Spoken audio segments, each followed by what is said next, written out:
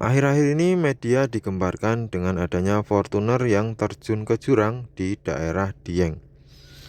Nah, menurut saya untuk ukuran mobil SUV remnya blong itu sangat langka dan jarang sekali terjadi karena mobil kecil ini bobotnya sangat ringan ya. Sedangkan misalnya bis besar atau truk besar yang muatan full saja, kalau pengereman normal, ketika jalan di turunan jarang terjadi rem blong.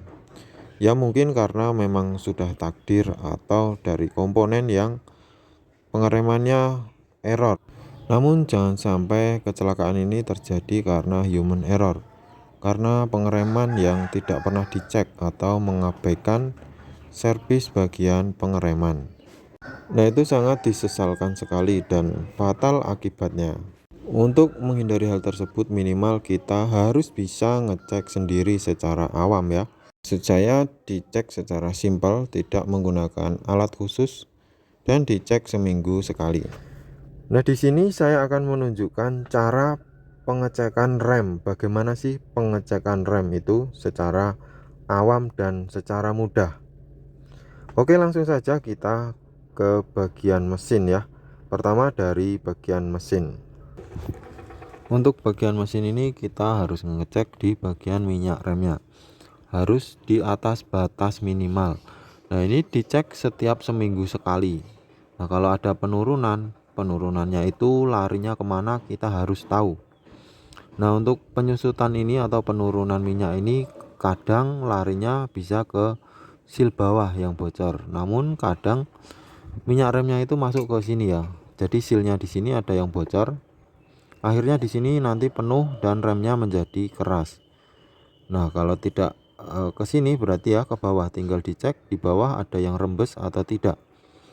Jika di bawah tidak ada yang rembes namun di sini berkurang, berarti bisa kita asumsikan minyak rem itu larinya ke sini. Nah, kadang juga bisa menyebabkan mesin ngebul ketika ini kan jalur vakum menuju ke intake manifold ya. Kalau olinya sudah penuh banget bisa menyebabkan mesin ngebul karena oli remnya terbakar, tapi jarang sekali ya. Selanjutnya adalah di bagian kolong, dia ada yang basah atau tidak di bagian master remnya.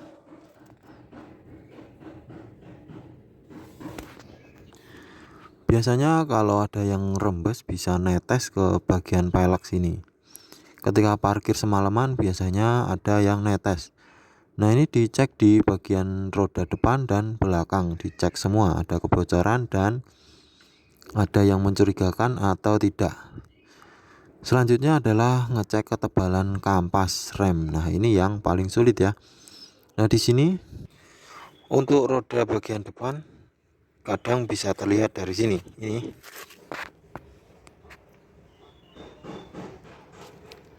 Nah, seperti ini masih tebal ya. Ini baru 1 minggu saya ganti.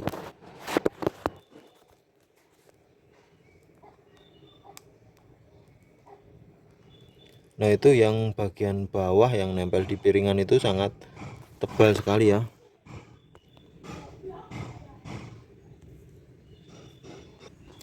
Nah, kemudian bagaimana dengan bagian belakang? Apakah harus dibuka? Nah, jawabannya tidak, teman-teman. Di sini saya ada caranya untuk mengetahui ketebalannya. Caranya seperti ini. Nah, mesin dihidupkan ya, kemudian kita injak pedal rem. Kalau pedal rem itu injekannya masih cetek, tidak terlalu dalam, berarti remnya masih tebal, kampas kesemuanya, keempat bijinya masih tebal. Tapi kalau sudah dalam, artinya kampasnya sudah mulai tipis ya. Contohnya seperti ini ya, ini masih baru semua kampasnya, diinjak cuma turun segini. Istilahnya ya turun sekitar 2 atau 3 cm. Nah, seperti ini. Nah, tapi kalau diinjak sudah dalam, dipastikan remnya sudah tipis, karena ketika rem diinjak tadi, nah minyak dari sini banyak lari ke bawah, banyak lari ke master rem, karena remnya sudah tipis sehingga piston di master rem majunya jauh, jadi injekannya semakin dalam. Tapi kalau kampasnya masih tebal, piston master remnya cuma majunya sedikit karena kampasnya masih tebal ya, cuma maju sedikit saja sudah ngerem piringan. Nah seperti itu ciri-ciri kampas yang masih tebal atau sudah tipis. Nah biasanya juga kalau kampasnya sudah tipis itu buat pengereman kurang pakem ya, kurang pakem. Atau dengan kata lain ketika direm mobilnya tidak berhenti-berhenti dan injekan rem harus keras. Nah itu ciri-cirinya kampas yang sudah mulai habis. Nah saya rasa cuma itu saja ya pengecekannya, cuma di bagian sini. Kemudian di bagian keempat pengereman keempat roda ada kebocoran atau tidak. Kemudian yang terakhir adalah pengecekan ketebalan kampas rem. Untuk pengecekan bisa dengan cara yang saya sebutkan tadi atau bisa dibongkar satu persatu sekalian dibersihkan. Dan yang paling penting lagi adalah material dari kampas rem. Kalau materialnya salah ya, buat ngerem tidak pakem karena di sininya terlalu keras kampasnya, jadi memang harus beli yang ori kalau bisa. Kalaupun beli yang KW harus sharing-sharing ke temen atau grup komunitas apa sih merek kampas yang harganya miring tapi kualitasnya lumayan. Nah itu pasti ada ya, seperti Aspira, TDW dan lain-lain. Kemudian satu lagi adalah minyak rem. Nah minyak rem ini harus disesuaikan dengan speknya.